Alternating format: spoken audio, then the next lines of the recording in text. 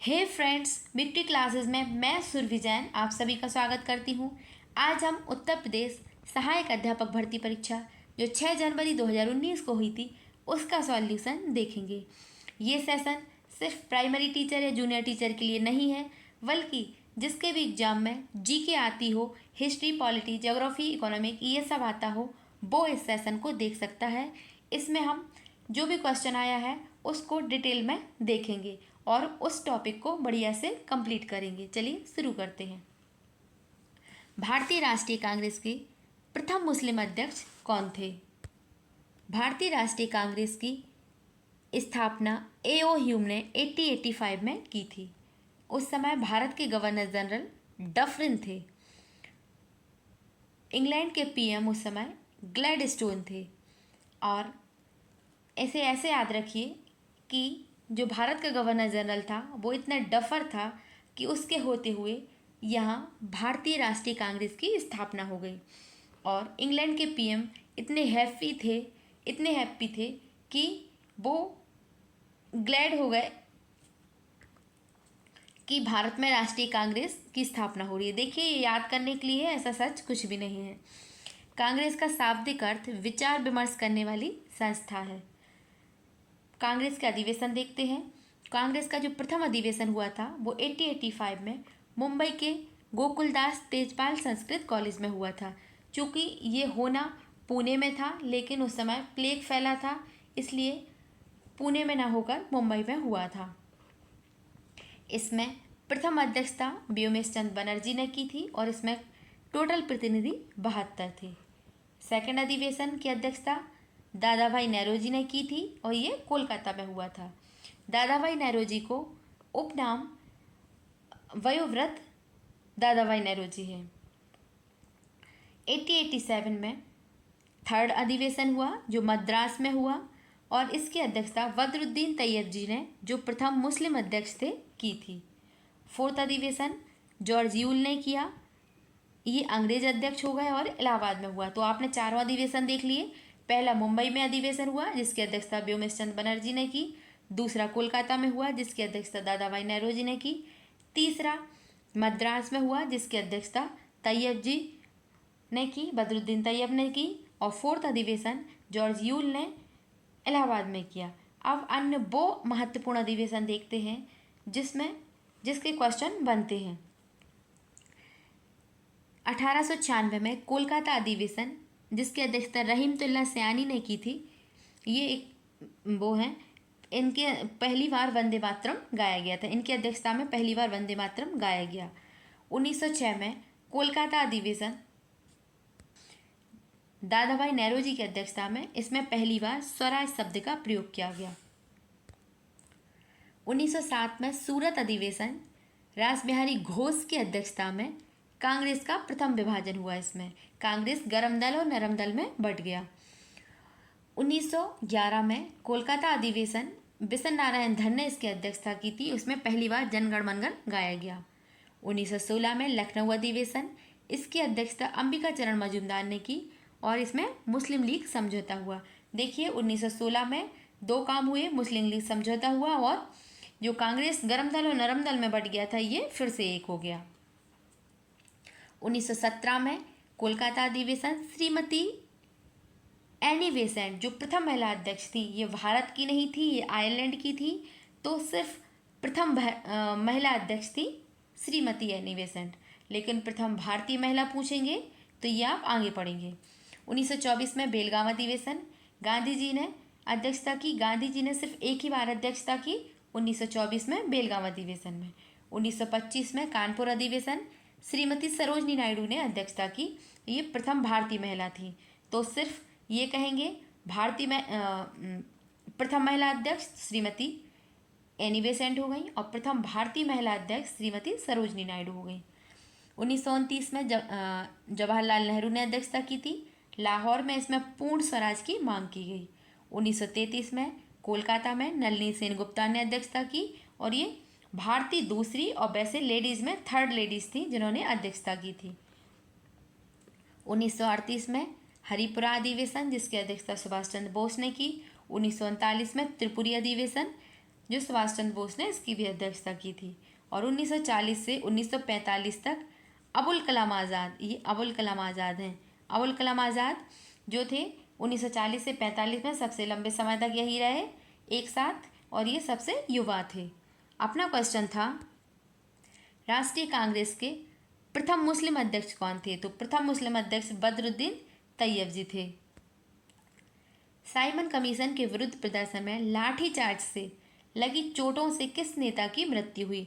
जो Simon commission था वो भारत कब आया? तो साइमन कमीशन जो था उसे श्वेत कमीशन भी कहते। क्यों कहते?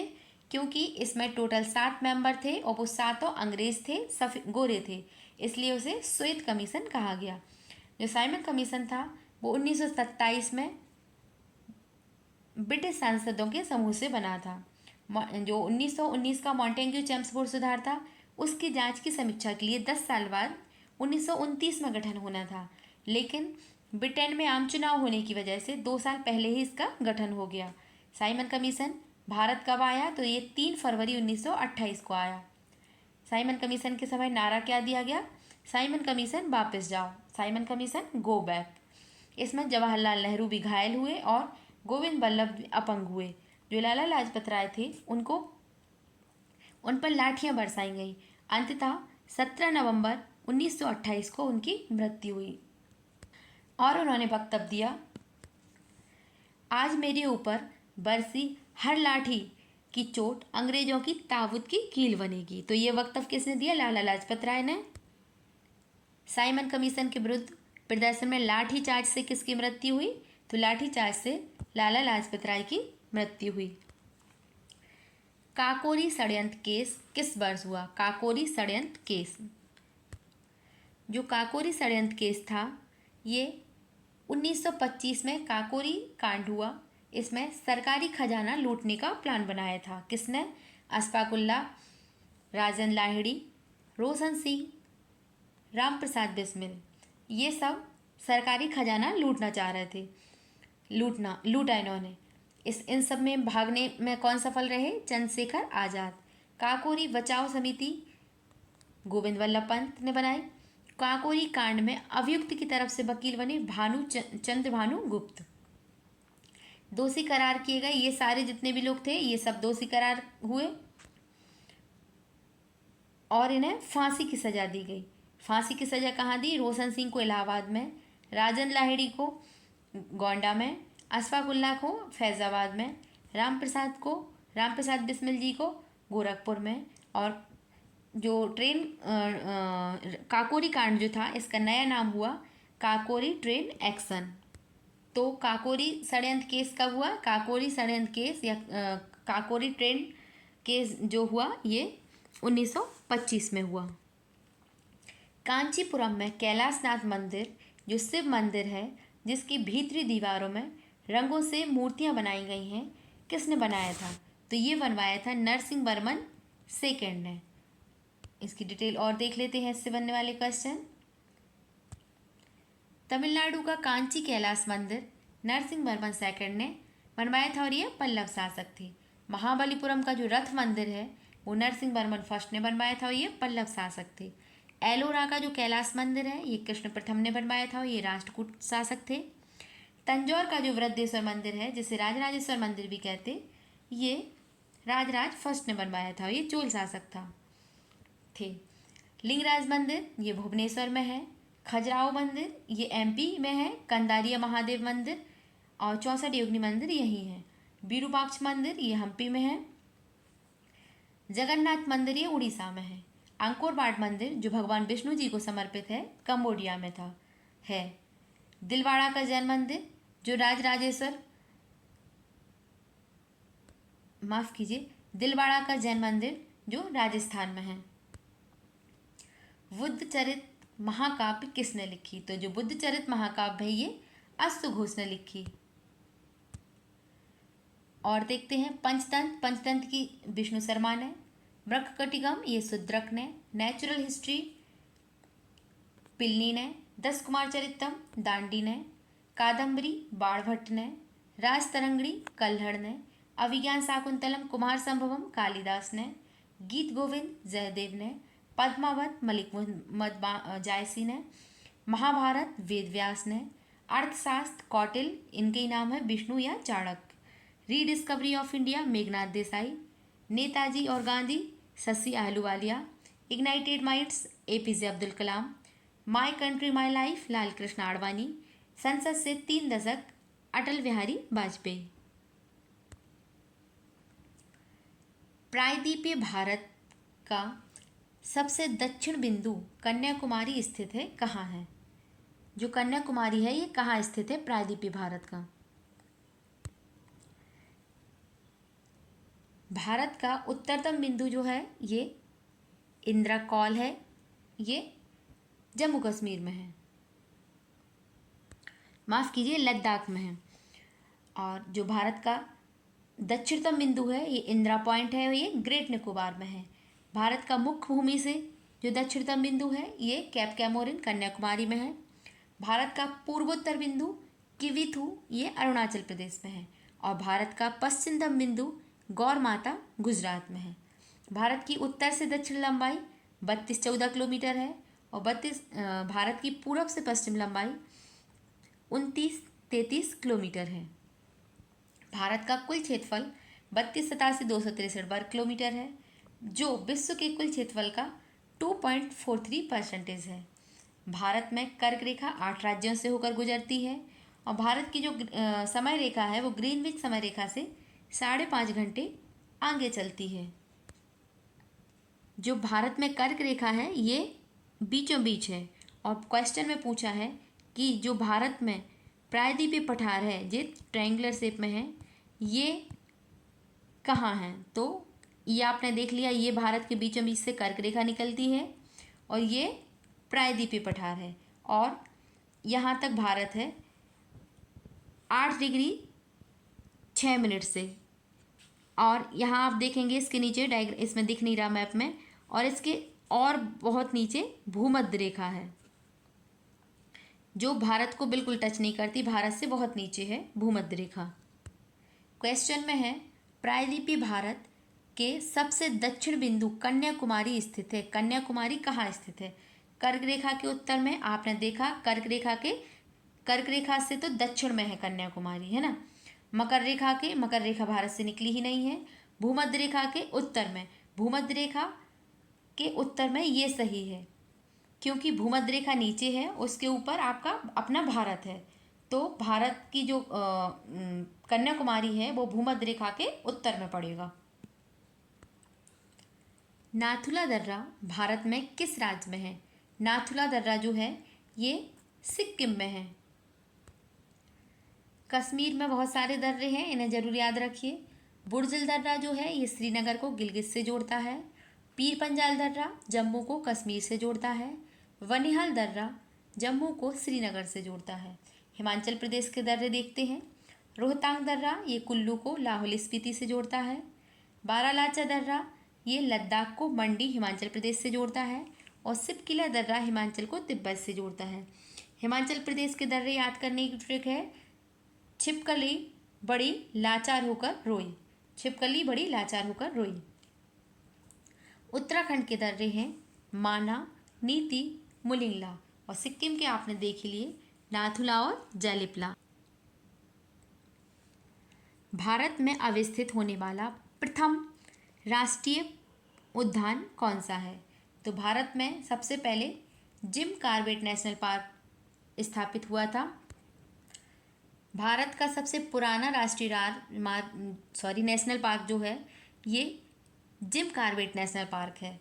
इसे हेली नेशनल पार्क के रूप में स्थापित किया गया था। लुप्तप्राय बंगाल जो वाघ है की रक्षा के लिए उत्तराखंड के रामनगर में 1936 में इस्टेब्लिश किया था। सबसे बड़ा नेशनल पार्क भारत का हेमिस हाई जो लद्दाख में है। सबसे छोटा नेशनल पार्क साउथ वटन जो अंडमान निकोबार में है। भारत का विश्व का एकमात्र तैरता नेशनल पार्क केवल लामजाओ जो लोकटक मणिपुर में है। यूपी में मात्र एक नेशनल पार्क है दुधवा नेशनल पार्क जो लखीमपुर खीरी में है। सबसे ज़्यादा नेशनल पार्क एमपी में है। निम्नलिखित समुद्री धाराओं में से कौन सी अटलांटिक महासागर की धारा नहीं है? अटलांटिक महासागर की धारा नहीं है, ये पहचानना है। तो जो भी जलधाराएं होती हैं वो या तो गर्म जलधारा होगी या फिर ठंडी जलधारा होगी। तो जो विषुवत या भूमध्य रेखा के आसपास की जो जलधाराएं होती हैं वो गर्म जलधाराएं होती हैं, और जो ध्रुवों के आसपास की जलधाराएं होती हैं वो ध्रुवों से निकलने वाली जलधाराएं जो होती हैं वो ठंडी जलधाराएं होती हैं। अब हम एक एक करके जलधाराओं को देखते हैं। हिंद महासागर की जलधारा, गर्म जलधारा देखते हैं हिंद महासागर की, सोमालिया की जलधारा, मोजाम्बिक की जलधारा, मेडागास्कर की जलधारा और अगुलहास की जलधारा। ठंडी जलधारा देखते हैं दक्षिण हिंद प्रवाह, पश्चिमी ऑस्ट्रेलिया की जलधारा, ये हिंद महासागर की ठंडी जलधारा है। अटलांटिक महासागर की जलधारा है, अटलांटिक महासागर की गर्म जलधारा है फ्लोरिडा की जलधारा, एंटिलीज की जलधारा, गल्फ स्ट्रीम की जलधारा। जो गल्फ स्ट्रीम की जलधारा है ये सबसे तेज चलती है और इसे गर्म कंबल उपनाम से जाना जाता। ठंडी जलधारा, अटलांटिक महासागर की ठंडी जलधारा है लैब्राडोर की धारा, इर्मिंगर की धारा और कनारी की धारा। प्रशांत महासागर की धाराएं हैं, गर्म जलधारा है कैलिफोर्निया की जलधारा और न्यूरोसिबा की जलधारा। और प्रशांत महासागर की ठंडी जलधारा है अलास्का की धारा, क्यूराइल की जलधारा और हम्बोल्ट की जलधारा। अपना क्वेश्चन था कि निम्न में से कौन अटलांटिक महासागर की धारा नहीं है। तो आपने देखा जो अगुलहास की जलधारा है ये हिंद महासागर की जलधारा है, अटलांटिक की नहीं। जो लैब्राडोर की जलधारा है ये है तो अटलांटिक की लेकिन ये ठंडी है, और जो कनारी की है ये भी ठंडी है। जो फ्लोरिडो है ये गर्म जलधारा है अटलांटिक महासागर की। नेक्स्ट क्वेश्चन है, भारत में गरीबी का आकलन किस आधार पर किया गया। भारत में गरीबी का आकलन, भारत में गरीबी का आकलन परिवार की उपभोग व्यय के आधार पर किया जाता है। गरीबी का आकलन नीति आयोग की टास्क फोर्स करती है। दादाभाई नौरोजी ने पॉवर्टी एंड अनवेटेज रूल ऑफ इंडिया में पहली बार गरीबी का मापन किया था। जो वाई के अलग समिति है इन्होंने ग्रामीण में 2400 कैलोरी और शहरी को 2100 कैलोरी की बात कही है। जो सुरेश तेंदुलकर समिति है इन्होंने ग्रामीण को 27 रुपये प्रतिदिन और 816 रुपये मंथली, और सिटी में शहरी में 33 रुपये प्रतिदिन और 1000 रुपये मंथली की मांग बोला है सुरेश तेंदुलकर ने। और जो रंगराजन समिति है इन्होंने 32 रुपये प्रतिदिन खर्च ग्रामीण का और 47 रुपये प्रतिदिन खर्च शहरी का बताया गया है। तो प्रति व्यक्ति व्यय के आधार पर गरीबी का आकलन किया गया है। इनमें से भारत के संविधान सभा के पहले अध्यक्ष कौन थे। सच्चिदानंद सिन्हा, डॉक्टर राजेंद्र प्रसाद, अंबेडकर या कौन थे। तो एक बार हम संविधान के अध्यक्ष देख लेते हैं। जो राजेंद्र प्रसाद थे वो संचालन समिति के अध्यक्ष और राष्ट्रध्वज संबंधित तदर्थ समिति के अध्यक्ष थे। पंडित जवाहरलाल नेहरू संघीय समिति के अध्यक्ष थे। देखिए जहाँ भी संघ आएगा वहाँ आपको जवाहरलाल नेहरू लगाना है, 95% चांस है आपका आंसर सही होगा। सरदार वल्लभ भाई पटेल, जहाँ भी प्रांत शब्द आएगा आपको सरदार वल्लभ भाई पटेल लगाना है। और अल्पसंख्यक समिति परामर्श के सरदार वल्लभ भाई पटेल। जो HC मुखर्जी थे ये अल्पसंख्यक के उप समिति अध्यक्ष थे, उपाध्यक्ष थे, और अस्थायी अध्यक्ष थे इस समिति संविधान सभा के सच्चिदानंद सिन्हा, और स्थायी अध्यक्ष थे राजेंद्र प्रसाद। लेकिन क्वेश्चन में सिर्फ अध्यक्ष पूछा है, इसलिए आप स्थायी अध्यक्ष सोचेंगे या अस्थायी अध्यक्ष सोचेंगे ये आप बताइए। तो पहले अध्यक्ष पूछा है तो सबसे पहले तो अस्थायी ही बने थे और इसका आंसर होगा सच्चिदानंद सिन्हा, क्योंकि ये पहले थे, मतलब अस्थायी थे लेकिन ये पहले यही माने जाएंगे। कथकली किस राज्य का प्रमुख शास्त्रीय नृत्य है। कथकली, देखिए भरतनाट्यम जो है ये तमिलनाडु का है और ये सबसे प्राचीन है। जो आंध्र प्रदेश का है कुचिपुड़ी। आप ऐसे याद रखिए कि अंधा था इसलिए उसकी पूड़ी कच्ची रह गई। देखिए ये सिर्फ याद कराने के लिए बोल रही हूँ, ऐसा कुछ सच नहीं है। मणिपुरी जो है वो नाम से ही है, मणिपुर। कथक जो है, कथक यूपी का या फिर नॉर्थ इंडिया का है। कथकली केरल की। इसे ऐसे याद रखिए कि आपने मूवीज़ में देखा होगा जो केरल के लोग हैं वो वाइट वाइट कलर के बहुत सुंदर गजरे टाइप फ्लावर से बालों में लगाए रहते हैं, तो वो कलियां लगाए रहते हैं बालों में। कथकली केरल। मोहिनीअट्टम केरल। ओडिसी जो है वो उड़िया और सत्रिया जो है वो असम का है। केंद्रीय ग्लास एवं सिरेमिक अनुसंधान संस्थान कहाँ है? तो ग्लास एवं सिरेमिक अनुसंधान जो है वो खुर्जा में है। आगरा किस लिए प्रसिद्ध है? आगरा पेठा के लिए है, आगरा में ताजमहल है। कानपुर क्या है? कानपुर है चमड़ा उद्योग के लिए। और फिरोजाबाद में चूड़ियाँ बनती हैं। भारत का शेक्सपियर किसे कहा जाता है? तो कालिदास को। विष्णु शर्मा ने पंचतंत्र लिखी, पाणिनि अष्टाध्यायी ने लिखी और किरातार्जुनीयम जो है ये भारवी जी ने लिखी। लोकसभा द्वारा पारित धन विधेयक को राज्यसभा विचार विमर्श के लिए अधिकतम कितने दिन के लिए रख सकती है? तो अधिकतम 14 दिन के लिए राज्यसभा विचार विमर्श के लिए रख सकती है। नाथ पंथ नामक जो संप्रदाय है इसके प्रवर्तक कौन थे? तो इसके थे मत्स्येंद्र नाथ जो थे वो नाथ पंथ नामक संप्रदाय के प्रवर्तक थे। भारत में पहली इंजन रहित रेलगाड़ी तैयार हुई, इसका नाम क्या है? तो इसका नाम है ट्रेन 18 या ट्रेन 18। एग्जाम वॉरियर्स पुस्तक किसके द्वारा लिखी गई? एग्जाम वॉरियर्स जो पुस्तक है वो भारत के पीएम श्री नरेंद्र मोदी जी द्वारा लिखी गई। भारत में राष्ट्रीय खेल दिवस कब मनाया जाता है? तो भारत में राष्ट्रीय खेल दिवस 29 अगस्त को जो हॉकी के जादूगर हैं श्री ध्यानचंद जी उनके सम्मान में मनाया जाता है। ये आपका जो 6 जनवरी 2019 को प्राइमरी टीचर पेपर हुआ था उसका सॉल्यूशन कंप्लीट हुआ।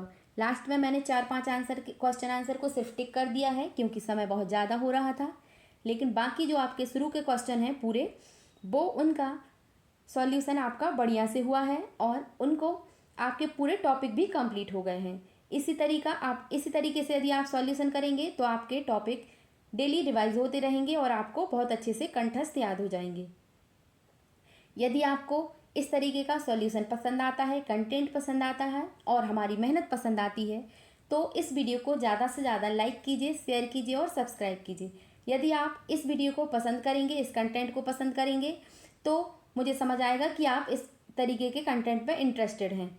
यदि आप इंटरेस्टेड होंगे तो मैं आपको जो आपका 68,500 का रिटन फॉर्मेट का पेपर था उसको मैं क्वेश्चन आंसर फॉर्म में लेकर आऊँगी। इसी तरीके से उसका भी सॉल्यूशन कराएंगे और यदि आप इंटरेस्टेड होंगे तो मैं डेली एक प्रैक्टिस सेट लेकर आऊँगी और इसी तरीके से इतने ही बढ़िया तरीके से आपको डेली एक प्रैक्टिस सेट मिलेगा। लेकिन मैं जब लेकर आऊँगी जब मुझे आप सभी का इंटरेस्ट दिखेगा।